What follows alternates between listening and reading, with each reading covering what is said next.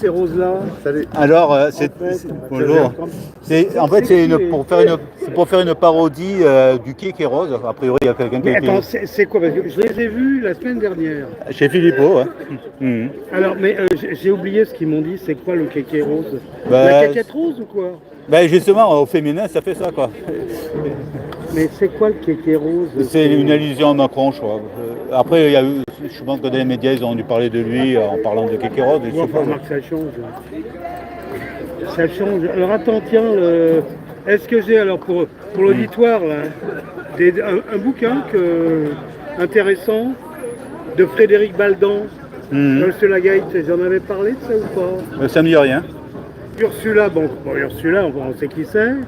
Gate comme Watergate, hein, comme le machin Gate, etc. En fait, c'est Frédéric Baldan, c'est lobbyiste qui a porté plainte contre elle au sujet de la pictouze, etc., etc. Il a écrit un bouquin, c'est pas pédagogique parce que le problème avec ces livres-là,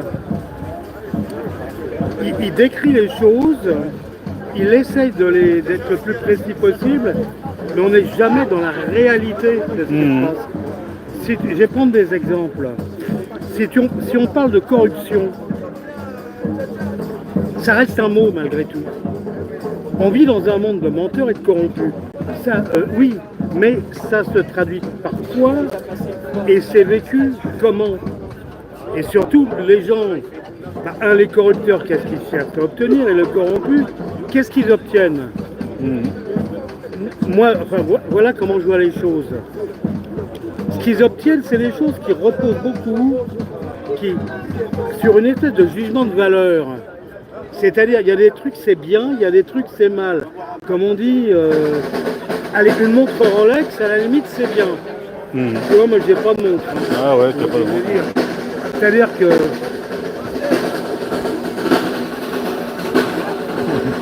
ouais, tu les attires. Tu les attires. Hein. C'est chiant, ça. Tu vois, ça porte beaucoup, ces trucs-là.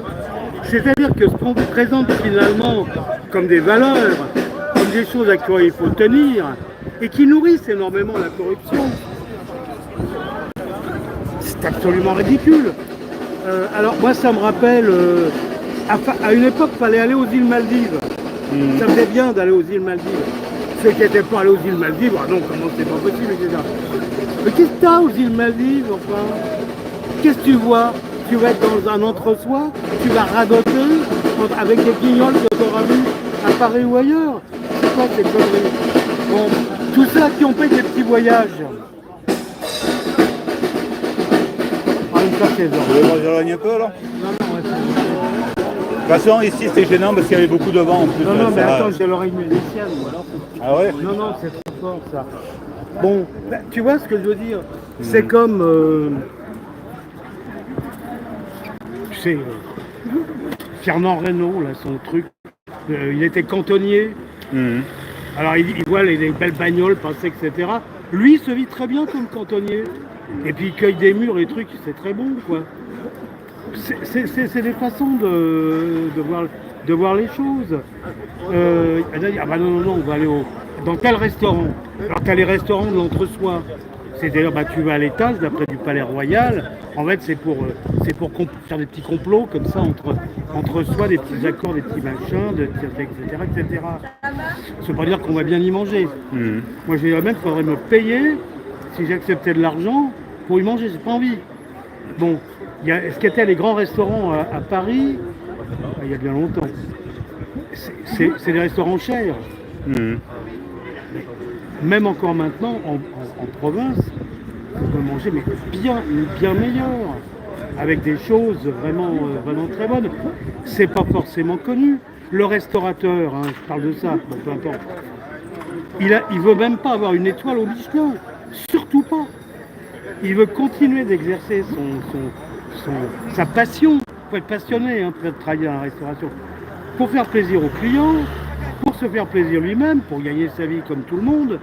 Mais c'est une passion, éventuellement, acheter à l'éleveur du coin, l'éleveur de bœuf, là je pense à quelqu'un, l'éleveur de poulet, pas des poulets de merde, là, voilà. Quand je dis des poulets de merde, ça peut être des poulets avec des AOP. Hein. Parce que ce qu'il faut savoir, comme j'ai rien préparé, je dis un peu tout. Ça peut intéresser les gens.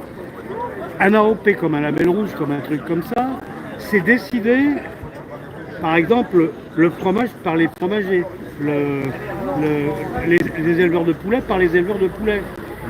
C'est une garantie qu'il y a un certain cahier des charges, que ce qui a été décidé a été respecté. Mais ça ne te donne pas un critère de, appelons ça de qualité en soi. Je ne sais pas ce que ce serait. Je sais pas ce que ce serait finalement. Je ne suis pas assez érudit dans ce genre de domaine, mais tout ce que je peux dire, c'est que quand j'étais gamin et que je mangeais du veau dans la région des Pays de Loire, de Chabanais par exemple, qu'est-ce qu'il y avait encore dans ces coins-là aussi, la Loire un petit peu plus bas, c'était vraiment ou alors dans le Loir-et-Cher, il y avait du veau qui était vraiment... Il y avait notre goût, quoi. Que bah non, mais c'était... Et même les fraises, tu te rappelles, les anciennes fraises? Ou alors les fraises, exactement. Les fraises, ou alors les melons de Cavaillon, quoi, les trucs comme ça. Qui ont l'odeur déjà. Exactement, tu t'approches comme ça, tu as un plateau comme ça. Et puis voilà. Mais ce qu'on pouvait avoir, c'était effectivement bon. On n'avait pas besoin d'en manger beaucoup. Et pourtant, si je repense au veau, le veau qu'on avait, c'était du veau de lait, ça se faisait plus beaucoup. On faisait du broutard de 15 jours, du broutard quand même d'un mois maximum, mais encore le veau il était très très bon. Alors que j'ai mangé c'est l'année dernière, quelqu'un il me disait c'est du veau sous la mer. Mais j'ai été déçu, je lui ai pas dit. Du veau sous la mer, c'est quoi ça? Le veau sous la mer, c'est le veau qui n'a pas brouté, c'est-à-dire c'est le veau. Jadis, il y a bien longtemps, alors là j'étais pitchoun, j'étais tout petit, il y avait encore des éleveurs qui élevaient donc le veau il tétait la vache, sa mère, c'est ça qu'on dit le veau sous la mer. Ah d'accord, sous la mer, moi je pensais la mer, je pensais... Non, c'est pas la Méditerranée. Je pensais que c'était le genre de truc là. La maman, quoi, sous la mer, qui est avec le pied des vaches. La mer. C'est ça le veau sous la mer, et on donnait même des œufs. Ça lui faisait une chair toute blanche et c'était très bon, c'était pas donné par contre pour mettre les œufs, les œufs étaient délicieux, alors. Tout était très bon. Alors après, dans les années 60, on va faire un peu brouter, voilà, ça va roser voilà, mais c'est pas trop grave. Et le veau il était encore bon. On faisait un truc, tu prends la noix de veau, tu mets la rouelle de veau autour et l'intérieur, et tu mets le rognon de veau. Stock. La rouelle, c'est gras, c'est tégumenteux, c'est gras, etc. Ça te garde bien l'humidité de la moelle, de la noix. Et le rognon, c'est du rognon, mais c'est pas du rognon l'été, c'est du rognon comme tu dois manger le rognon l'hiver. Donc il sent pas la pisse. C'est du rognon qui a une certaine finesse. Quand tu mets ça dedans, c'est délicieux. Et je sais pas, il y a 10 ans, déjà, je me suis dit, tiens, je voudrais remanger cette chose-là. Eh ben, c'était à chier. Et c'était pourtant pas à Paris. Le boucher m'avait dit, oui, je vais te le faire, etc. C'est comme les jambons au supermarché, aussi les jambons à l'eau, là. Mais je sais pas ce que c'est. T'as jamais goûté alors? Qu'est-ce que c'est? Tu sais, c'est les jambons sous plastique, des 30 jambons roses que tu déballes. Non, mais moi je mange pas ça. J'habite quand même à la campagne, alors évidemment je peux trouver des choses encore assez valables, à condition d'aller les chercher. En fait, j'ai remarqué que les paysans, les maraîchers notamment, qui font le meilleur boulot, eh ben, ils ne sont pas syndiqués. J'ai remarqué ça. Alors, il y en a, il a la Confédération paysanne, mais il fait quand même du bon travail. Et il y en a un autre, c'est un idéologue, là, comment c'est les autres? Les idéologues, c'est la Confédération paysanne, c'est ça. Et moi, je trouve que finalement, c'est assez usurpé. La coordination rurale, ils disent beaucoup plus la vérité. la vérité de ce qu'ils vivent. Moi, ce qui me gêne avec la Confédération paysanne, c'est qu'ils ont été gangrénés par des écolos qui ne connaissent rien. Et il y a aussi des gens qui viennent de la ville et qui s'intitulent agriculteurs. Ils le font pas mal d'ailleurs. Hein. Ce serait malvenu de les critiquer, mais ils n'en ont pas la mentalité. Alors moralité, je ne suis pas convaincu. Ouais. Par contre, des gens qui... Comment dirais-je? Voilà, les gens du modeste, il y en a très peu. C'est l'entreprise familiale, comment ça s'appelle ça? Les exploitations familiales. C'est un truc qui a été créé en 62 pour réagir contre la PAC. Le bonhomme qui dirigeait, il est dans la Nièvre, il me semble, dans un petit bled. Eux ont une certaine vision que je trouve intéressante. La coordination rurale aussi, parce que c'est de ces paysans qui entretiennent les paysages, qui font des paysages. Moi, je trouve que... Comment dire ça? On n'a pas assez de paysans, surtout dans un pays comme la France qui est très... On plante quelque chose et ça pousse, hein. C'est très bien. On a un très bon climat. Il n'y a pas de problème. On peut avoir beaucoup plus de paysans. Ce qui est anormal, c'est qu'il y en ait si peu. Il y a combien? À peu près 400 000. Il y a 400 000 exploitations, tenues peut-être par 380 000 bons hommes. Alors qu'on en avait 3 millions, je crois, en 1960. Ouais, beaucoup plus. Et 50 ans avant, il y en avait encore beaucoup plus. Hein. Non, je crois qu'en 60, du temps de bande de mes oncles et tout ça, qui étaient paysans. Hein. Il me semble que c'était 3 millions. Il me semble qu'il y avait 3 millions. Je peux me souvenir de ça. Il y avait 50 millions de Français à l'époque, non? Oui. Mais à l'époque, 80% de la population, il y a bien longtemps, était travaillée dans les campagnes. Mais bon, ça remonte il y a très longtemps. Ah ben, c'est pas compliqué. 1930. En 1930, la moitié est rurale, la moitié est industrielle et urbaine. C'est moitié-moitié. Ça, c'est un truc très facile à se souvenir. Ça n'a eu de cesse que de diminuer, notamment après la guerre, ou même, je sais pas, même quand j'étais gamin, quand moi je suis né dans les années 50, pourquoi on allait chercher le lait avec le petit bidon, voire éventuellement du vin, c'était pas terrible, du miel, des choses comme ça, parce qu'il y avait encore sur place des gens pour le faire. Et progressivement, sur à peu près 10 ans, c'est allé vite, hein, j'ai vu disparaître tout d'un coup les ruchers à l'abandon, les vignes à l'abandon. La dame, on dit non, elle avait 2 vaches. Ah non, tu peux plus avoir 2 vaches. Elle voulait peut-être prendre sa retraite aussi. C'est peut-être ça, mais bon, on a dû la laisser jusqu'à ce qu'elle prenne. Ça a été un truc comme ça, mais terminé après. C'est-à-dire en mettant 63, quelque chose comme ça, terminé, on n'en parle plus. Et les enfants de tout ça, ils sont partis travailler dans des bureaux ou à l'usine, je sais pas. Et c'est là. Mais là, c'est complètement excessif. Quand on dit que les Français bouffent de la merde, il y a beaucoup de Français qui disent ça. Pourquoi la bouffe? On n'est pas obligé, il faut bien se nourrir. D'accord? D'un autre côté, on peut peut-être faire un effort. Il y aurait une prise de conscience de dire, mais après tout, le week-end, les gens ne travaillent pas.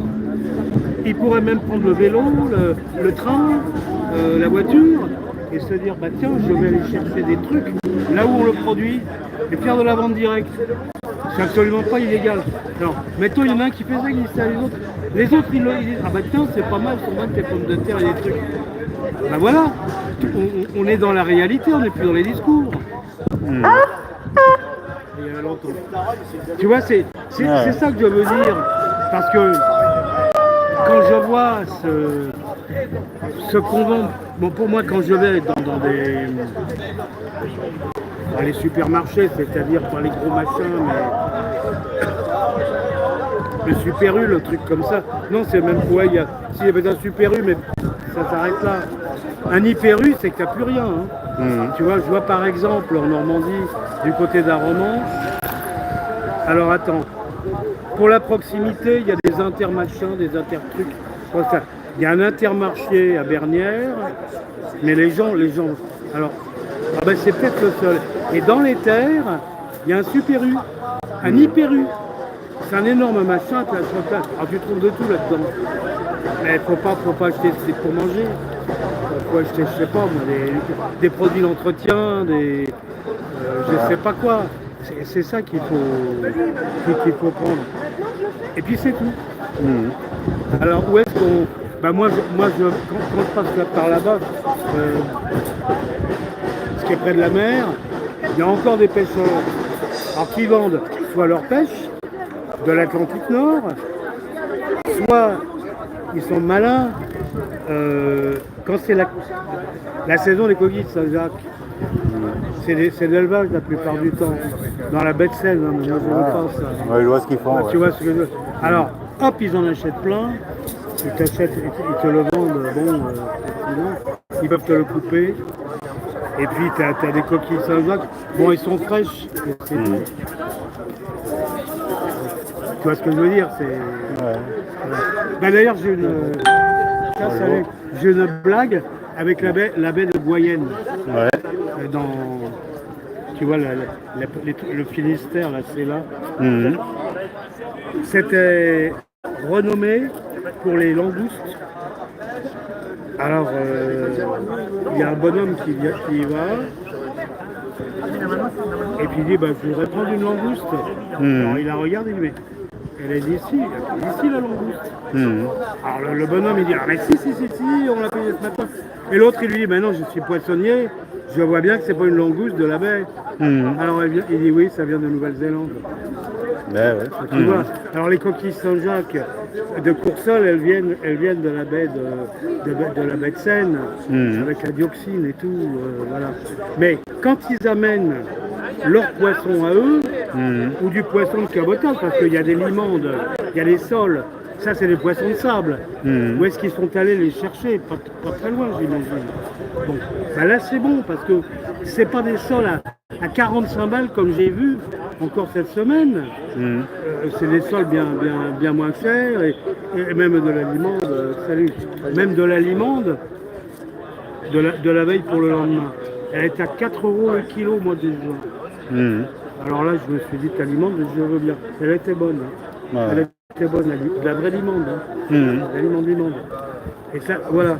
Et puis alors, il y a d'autres endroits, comme par exemple, ils sont malins, à Isigny-sur-Mer, dans ces coins-là. Isigny, c'est une marque. Quand tu vois au Super U du beurre d'Isigny, etc., tu achètes un beurre qui s'appelle Isigny. C'est le nom de la marque. Et pas la localisation alors. Mais il n'y a pas écrit en OP, AOC, il n'y a rien du tout. Et puis tu vas dans le coin, c'est pas forcément Isigny, et tu vas acheter du beurre à la botte ou dans les petits machins. Évidemment, c'est plus cher. Mais si tu y vas directement, allez, ça va te faire quand même jusqu'à 15 € le kilo. Mais moins aussi. Si tu en prends beaucoup, ça te fait moins. Et là, tu vois que c'est bon. Et si tu te donnes la peine d'acheter des tas de trucs, finalement, tu vois que tu es bien nourri, tu manges des bonnes choses, et que ça te coûterait des fois moins cher qu'au supermarché. C'est ça que je veux dire. C'est que quand on va chez les producteurs qui font des trucs pour nourrir les gens, souvent on n'est pas déçus. On peut leur parler en disant attends, tes patates elles sont merdiques, etc. Voilà. Mais là où j'habite, le problème c'est que alors les cultures c'est vraiment marrant parce que il y a du bio, je me demande comment ils ont eu l'agrément. Il y a du bio et puis plus loin il y avait du colza. Là, ils l'ont retiré là, cette nuit, la nuit dernière, l'autre nuit. ils ont retiré ça, il y avait tout le colza qui était en flore. Mais la terre, elle est toute jaune, elle est pas toute, c'est pas jaune, c'est comme ça, tu vois, c'est pas de la terre. Ouais. C'est de la terre, c'est tout. Ça ressemble à tout sauf à de la terre, on dirait des billes de machin, c'est des trucs bizarres. Et plus loin, plus loin, il y en a un bonhomme qui fait du blé. Quand je dis plus loin, à vol d'oiseau, c'est peut-être 1 kilomètre. Et il a l'étiquette bio. Alors il y a du colza qui est là, et imagine au bout de la rue là-bas, t'as des trucs bio. Qu'est-ce que ça veut dire tout ça? Et alors la farine maintenant. Eh ben, c'est bien simple, on va faire du pain. Bonjour, hein. Bonjour. Merci. Donc le canari. Est-ce que je l'ai eu? Non, Vive l'autogestion, 13 mai, c'est le 13 mai, ouais. Je l'ai eu, je l'ai pas eu, le canard. Ah, Mystique, ouais. Non, mais je vais mettre, je vois pas alors. Là, il y a une référence à Mystique, c'est une femme qui fait des tags, et qui est partie, ou qui est morte il y a 5 ans à peu près. Je sais pas si tu connais Mystique. Attends, c'est qui ça? Bah peut-être, attends le... En fait, dans Paris, tu vois beaucoup de ces tags. Ah oui. Oui, effectivement, mais c'était qui en fait? C'était une dame qui faisait des tags. À l'époque, c'était interdit, mais elle avait fait un peu de la garde à vue à cause de ça. Et bon, après, elle a acquis beaucoup de notoriété par ce qu'elle a fait, quoi. Parce qu'il y a des petits jeux de mots, tu vois. Par exemple, là, c'est la vie à la mort. Avec ses signatures mystiques ici, quoi. Mais c'était une militante ou... Une artiste. Une artiste? Ah ouais, non, pas vraiment militante. Hein. Ah oui. Bah il y en a comme ça, des artistes de rue qui... Oui. Ouais, un peu vers rue Monge, il y avait un truc où elle avait écrit « Le pouvoir protège le pouvoir ». Et elle faisait ça, ça me dit quelque chose, ça. Avec du pochoir, elle faisait ça. Quoi. Elle faisait ça en pochoir, oui. Oui, ben oui, je vois. Salut. Alors, ce qui se passe, c'est qu'il y a des petits malins, ils retirent ça comme on fait pour les fresques et ils le vendent à Drouot. Voilà sur ces considérations culinaires. Ah, ça y est, c'est parti alors. Allez, gilets! Allez, on est parti. Hein. Donc nous nous dirigeons en direction de Place d'Italie. Ouais. Dans la rue Bobillot. Ouais. J'ai lu ça là, sur le truc. Là. Ouais, et après, boulevard de l'hôpital jusqu'au pont de la rivière Quay. Ah, non, au pont du chose, là, de truc. Là, Ouais. Bonjour. Et après, on termine Bastille. Quoi.